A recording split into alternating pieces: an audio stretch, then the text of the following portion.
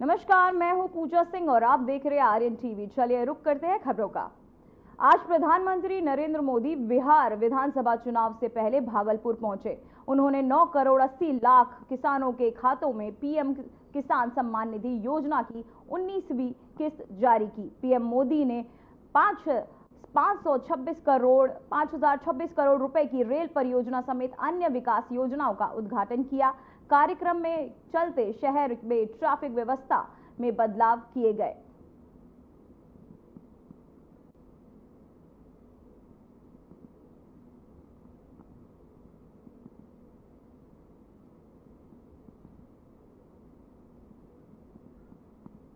तो वहीं प्रधानमंत्री नरेंद्र मोदी और मुख्यमंत्री नीतीश कुमार के बीच बॉन्डिंग अक्सर मंच पर देखने को मिलती है। जब जब नीतीश कुमार पीएम मोदी से मिलते हैं तब तब वह पीएम मोदी को इस तरह सम्मान देते नजर आते हैं कि उनकी तस्वीर चर्चा का विषय बन जाती है। वहीं इस बार पीएम मोदी का एक बयान चर्चा का विषय बन गया। पीएम मोदी ने नीतीश कुमार को लाडला सीएम बताया है। दरअसल प्रधानमंत्री नरेंद्र मोदी भागलपुर में आयोजित एक कार्यक्रम में शिरकत कर रहे थे। यहां प्रधानमंत्री नरेंद्र मोदी ने भागलपुर सभा को संबोधित करते हुए मैथिली में लोगों को प्रणाम किया। पीएम ने नीतीश कुमार को लाडला मुख्यमंत्री बताया, जिसके बाद से उनका ये भाषण चर्चा में आ गया है। मालूम हो कि बिहार में विधानसभा चुनाव में तकरीबन 6 महीने बाकी हैं।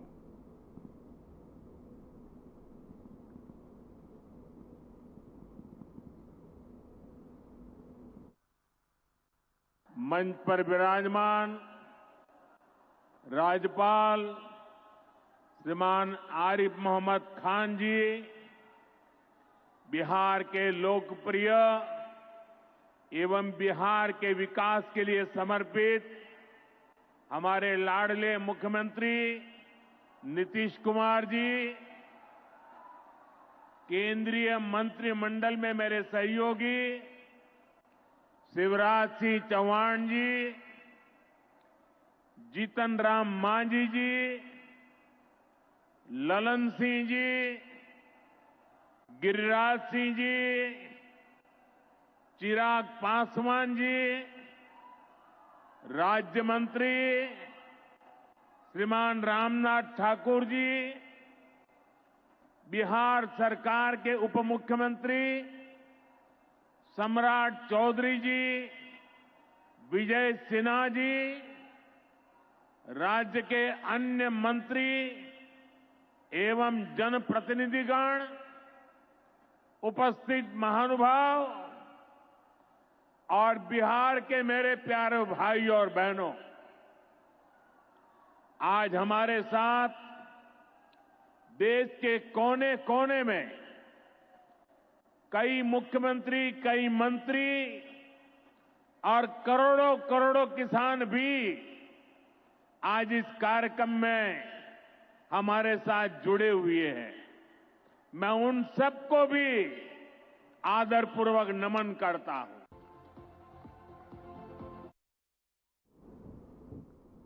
तो वहीं बिहार के मुख्यमंत्री नीतीश कुमार ने राज्य में अपने कार्यकाल के दौरान किए गए विकास कार्यों पर चर्चा करते हुए कहा कि जब वे पहली बार 24 नवंबर 2005 में राज्य की सरकार में आए थे तो स्थिति बहुत गंभीर थी। उन्होंने बताया कि उस समय शाम के बाद लोग घरों से बाहर नहीं निकलते थे और पूरे राज्य में भय का माहौल था।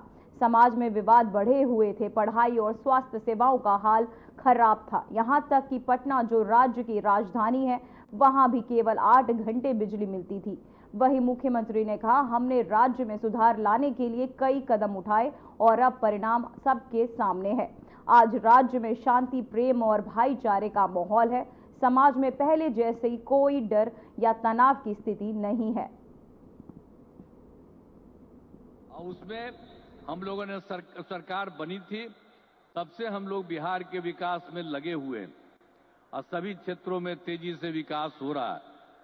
लेकिन याद है ना, जब हम लोग आए थे पहली बार सरकार में, तो उस समय क्या स्थिति थी आप जानते हैं। शाम के बाद कोई घर से बाहर नहीं निकलता था। ये बुरा हाल है। जगह जगह लोग तरह तरह की बात करते, लेकिन जो लोग भी शासन में थे तो आप समझिए शाम में भी घर से बाहर नहीं निकलते थे। और साथ में समाज में कितना विवाद होता था। हिंदू मुस्लिम का भी झगड़ा वो लोग करते रहते थे। वोट मुस्लिम का ले लेते लेकिन झगड़ा करते रहते थे, होते रहता था। अब पढ़ाई का हाल खराब था, इलाज का पूरा इंतजाम नहीं था उन लोगों के टाइम में। तो वहीं जम्मू में हो रहे बजट पे चर्चा कार्यक्रम में बीजेपी सांसद अनुराग ठाकुर शामिल हुए। कार्यक्रम में कई बड़े बिजनेसमैन, ट्रांसपोर्ट सेक्टर से जुड़े लोग, कई एनजीओ के पदाधिकारी और सामाजिक संस्थाओं के प्रतिनिधि भी मौजूद रहे। इस दौरान सांसद अनुराग ठाकुर कार्यक्रम को संबोधित करते हुए कई मुद्दों को लेकर बात की। उन्होंने मोदी सरकार का बजट 2025-26 सर्वसर्पिश और सर्वहितकारी बताया। उन्होंने कार्यक्रम के बाद मीडिया से बात की। इस दौरान उन्होंने कहा कि अपने राज्य में आकर बसना कश्मीरी पंडितों का हक है। मैं इतना ही कहूंगा, कश्मीरी पंडितों का पहला हक है अपने राज्य में वापस आकर बसना, और उनको बसाने के पूरे प्रयास राज्य की सरकार को करने चाहिए, कहीं पे कोई कमी ना रहे। केंद्र की ओर से लगातार सहूलियत हमने पहले भी दी है, आगे भी मिलती है। समय समय पर समाज से जुड़े हुए ऐसे महत्वपूर्ण विषयों को उठाते हैं और एक बार फिर उन्होंने मोटापे की बढ़ती हुई संख्या, इसको चिंता भी व्यक्त की है और समाज को इन चुनौतियों से जूझने के लिए अपने बीच में से नए नए लोगों को एक ब्रांड एम्बेसडर के रूप में चुना। तो वही हरियाणा के कैबिनेट मंत्री अनिल विज ने हाल ही में एक बयान में कहा कि केंद्र में भारतीय जनता पार्टी की सरकार है और प्रधानमंत्री नरेंद्र मोदी भारत को एक विकसित राष्ट्र बनाने की दिशा में कड़ी मेहनत कर रहे हैं। उन्होंने यह भी कहा कि राज्य के मुख्यमंत्री नायब सिंह सैनी लगातार देश हित में काम कर रहे हैं और उनकी नीतियां राज्य के विकास के लिए महत्वपूर्ण साबित हो रही हैं। कैबिनेट मंत्री ने आगे क्या? भारतीय जनता पार्टी की सरकार है। नरेंद्र मोदी जी सारे देश का, भारत को विकसित भारत बनाने की कोशिश में लगे हुए हैं। प्रदेश में भारतीय जनता पार्टी की सरकार है। हमारी पार्टी के मुख्यमंत्री नायब सैनी लगातार प्रदेश के हित के लिए काम कर रहे हैं। अंबाला छावनी विधानसभा से मैं विधायक हूं, मंत्री भी हूं, मैं भी भारतीय जनता पार्टी का। अगर नीचे एमसी भी भारतीय जनता पार्टी का बनेगा तो गाड़ी चलेगी खूब, नहीं तो जाएगी डूब। ऊपर से नीचे तक भारतीय जनता पार्टी की सरकार है। अगर इसमें कहीं पर भी बैड कंडक्टर लग गया तो फिर लाइट नहीं।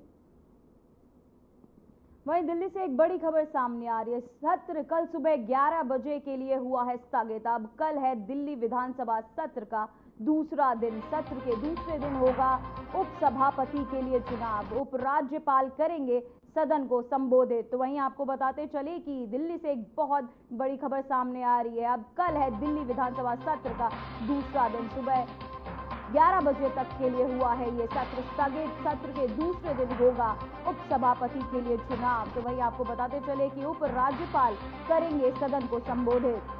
सत्र के दूसरे दिन होगा और उपसभापति के लिए चुनाव। तो आपको बताते चले अब कल है दिल्ली विधानसभा सत्र का दूसरा दिन, तो वही सत्र के दूसरे दिन होगा उपसभापति का चुनाव।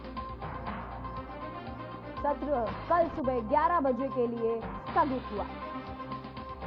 उपराज्यपाल करेंगे सदन को संबोधित। सत्र के लिए होगा उपसभापति के लिए चुनाव। अब कल है दिल्ली विधानसभा सत्र का दूसरा दिन। तो वही आपको बताते चले दिल्ली विधानसभा का सत्र का कल दूसरा दिन और सत्र कल सुबह 11 बजे तक के लिए स्थगित। अब कल है दिल्ली विधानसभा सत्र का दूसरा दिन। सत्र के दूसरे दिन होगा उपसभापति का चुनाव। उपराज्यपाल करेंगे सदन को संबोधित। सत्र के दूसरे दिन होगा उपसभापति का चुनाव। तो वहीं 3 बार के बीजेपी विधायक वीरेंद्र गुप्ता को सोमवार को 8वीं दिल्ली विधानसभा के प्रथम सत्र में नया विधानसभा अध्यक्ष चुना गया।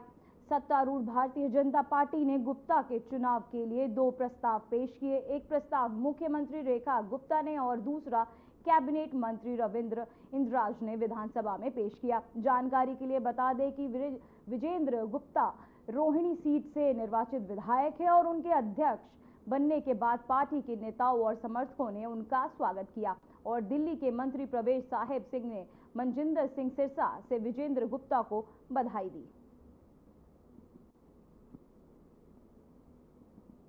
तो वहीं आपको बताते चले, विजेंद्र गुप्ता बने और प्रवेश साहेब और सिरसा ने उन्हें बधाई दी। साथ ही बीजेपी नेताओं ने किया है उनका स्वागत और विजेंद्र गुप्ता बने विधानसभा के अध्यक्ष, जिसको लेकर सभी विधायकों ने उन्हें बधाई दी। प्रवेश साहेब और सिरसा ने भी उन्हें बधाई दी। बीजेपी नेताओं ने उनका स्वागत किया। विजेंद्र गुप्ता बने विधानसभा अध्यक्ष। साथ ही सभी विधायक ने उनका स्वागत किया, उन्हें बधाई दी।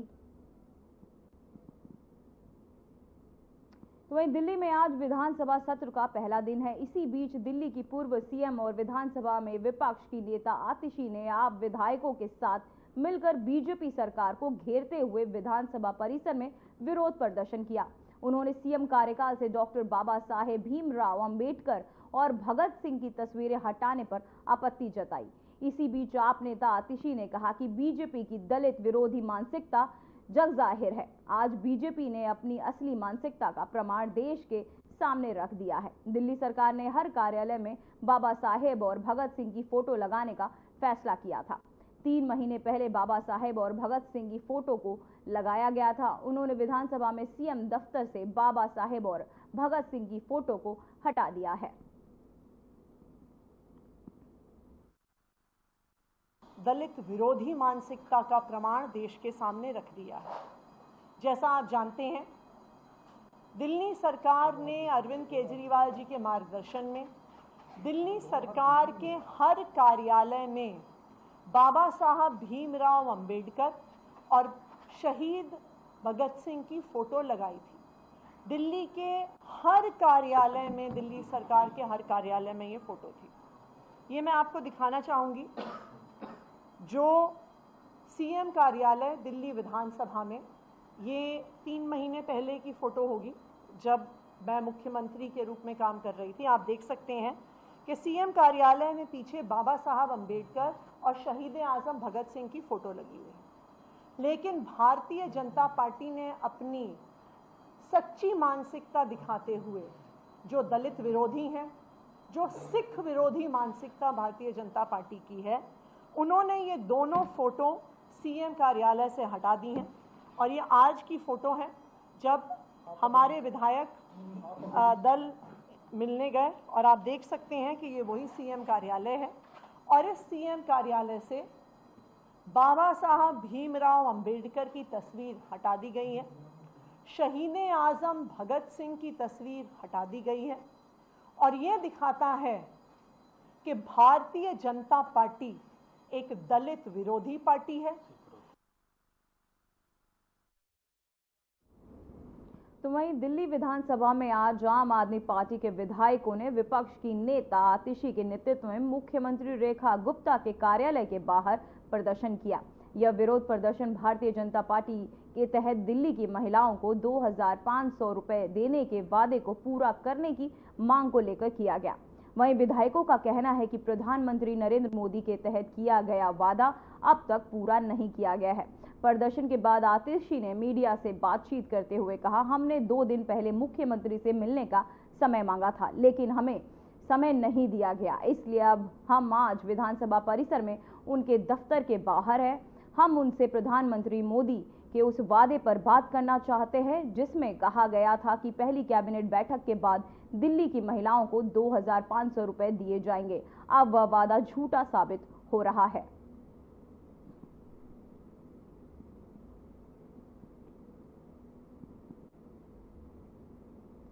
तो वहीं आतिशी के तहत सीएम ऑफिस में भगत सिंह और भीमराव अंबेडकर की तस्वीर हटाने के विरोध पर मंत्री मनजिंदर सिंह ने बड़ा बयान दिया है।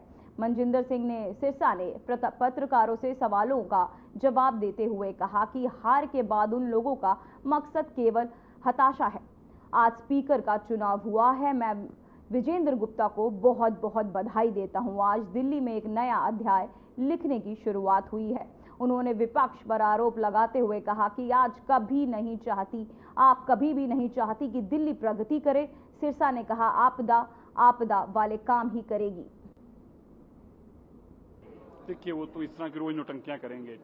अब उन लोगों का मकसद केवल और केवल हार के बाद हताशा है।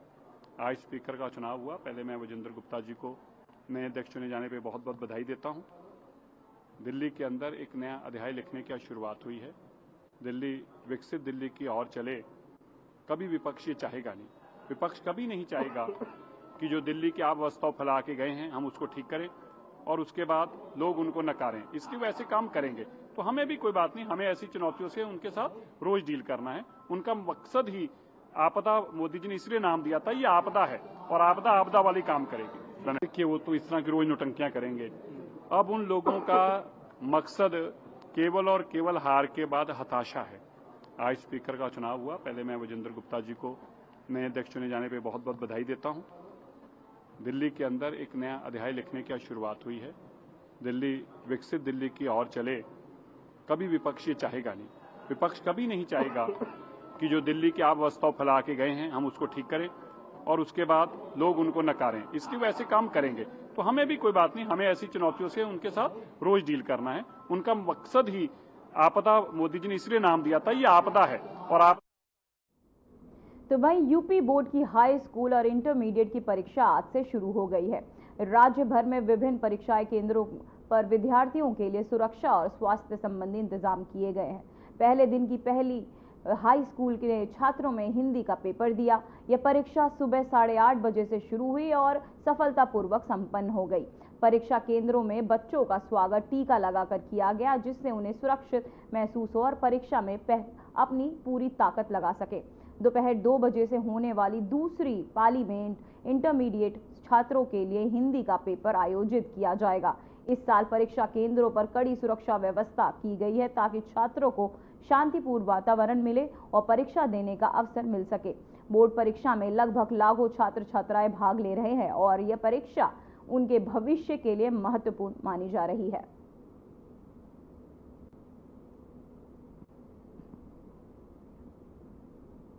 तो वहीं दिल्ली के वजीरपुर इंडस्ट्रियल एरिया में डी ब्लॉक के एक युवती का शव बोरे में बंद मिला। शव शौचालय के पास पड़ा हुआ था। अशोक विहार थाना पुलिस को जानकारी मिलते ही वे मौके पर पहुंचे और शव को कब्जे में ले लिया। युवती की पहचान के बाद पुलिस ने हत्या का मामला दर्ज किया। यह मामला पूरी तरह से ब्लाइंड केस था, लेकिन पुलिस ने स्पेशल टास्क में इंस्पेक्टर सोमवीर की देखरेख में एक टीम गठित की गई और सीसीटीवी फुटेज और लोकल सूत्रों की मदद से मामले का खुलासा किया गया। पुलिस ने आरोपी केशव प्रसाद, जो कि 50 वर्ष का है, उसको गिरफ्तार किया। केशव ने युवती की हत्या करने और शव को बोरे में डालकर शौचालय के पास फेंकने की बात कबूल की। पुलिस ने मामले की जांच जारी रखी है और आरोपी से पूछताछ की जा रही है। आपकी बहन की डेड बॉडी मिली है, क्या नाम है? आपको पता है बोरे के अंदर लाश मिली है? हाँ जी, फोटो दिखाई है। फोटो दिखाया है। तो क्या नाम था, कितनी उम्र थी? नन्ही नाम था सर, 19 साल उम्र है। कितनी साल? 19 साल। तो ये शादीशुदा है? हाँ जी। कितने साल पहले शादी हुई थी? सर हो गई 3-4 साल हो गए। किससे शादी हुई थी? सर जीतू नाम का लड़का है, ऑटो चलाता था। तो क्या सके आपको किसने किया हो, कुछ पता है? नहीं है। इसका पति भी अभी फोन नहीं उठा रहा है? नहीं। आपने लाश की फोटो देखी है? हाँ जी। वेरीफाई कर लिया आपकी बहन ही है? हाँ जी। तो ये कब से घर पे नहीं आ रही थी? सर घर पे तो आती नहीं थी, कभी कभार घूमने आती थी, महीने में 1-2 बार। तो वहीं पंजाब विधानसभा में विपक्ष के नेता प्रताप सिंह बाजवा ने कहा कि वे यहां इस्तीफा लेने की कोशिश कर रहे हैं क्योंकि दिल्ली से केजरीवाल की पुरानी टीम पंजाब में शिफ्ट होना चाहती है।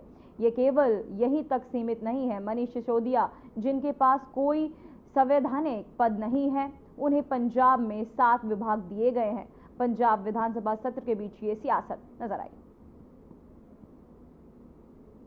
कोशिश कर रहे हैं कि इधर के लॉयर्स के इस्तीफे लिए जाए, क्योंकि जो सारी पुरानी टीम है केजरीवाल की, दिल्ली वाली, वो पंजाब में शिफ्ट करना चाहते हैं और इधर तक ही महदूद नहीं है।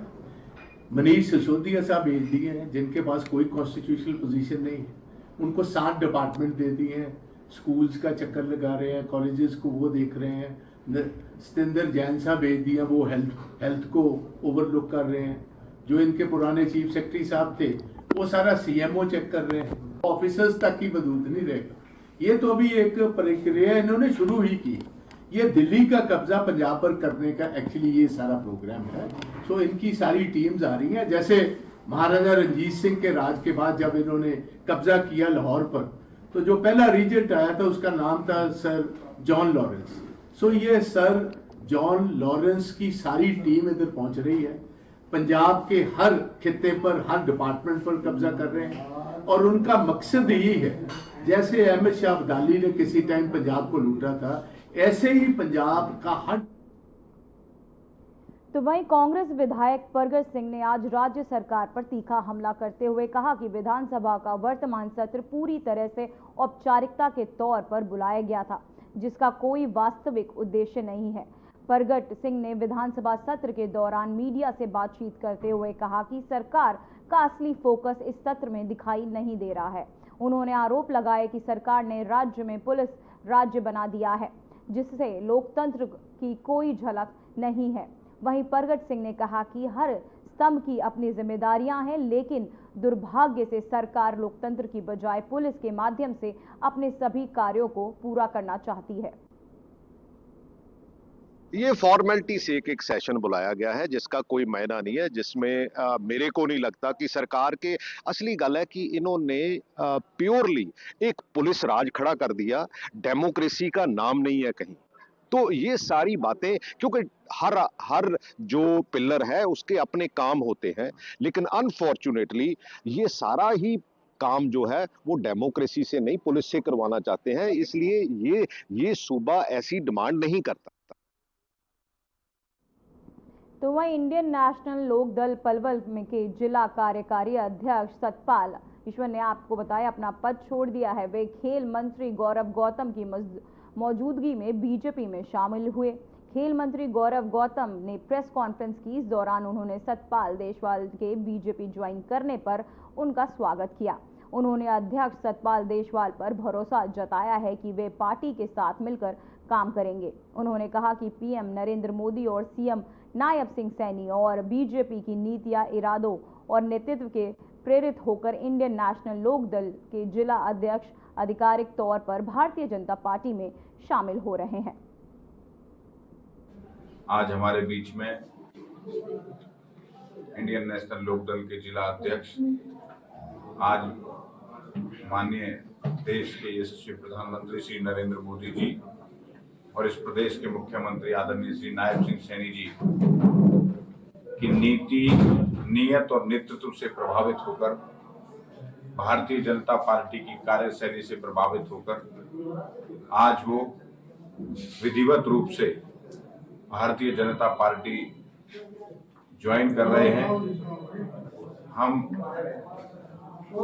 उनका इस भारतीय जनता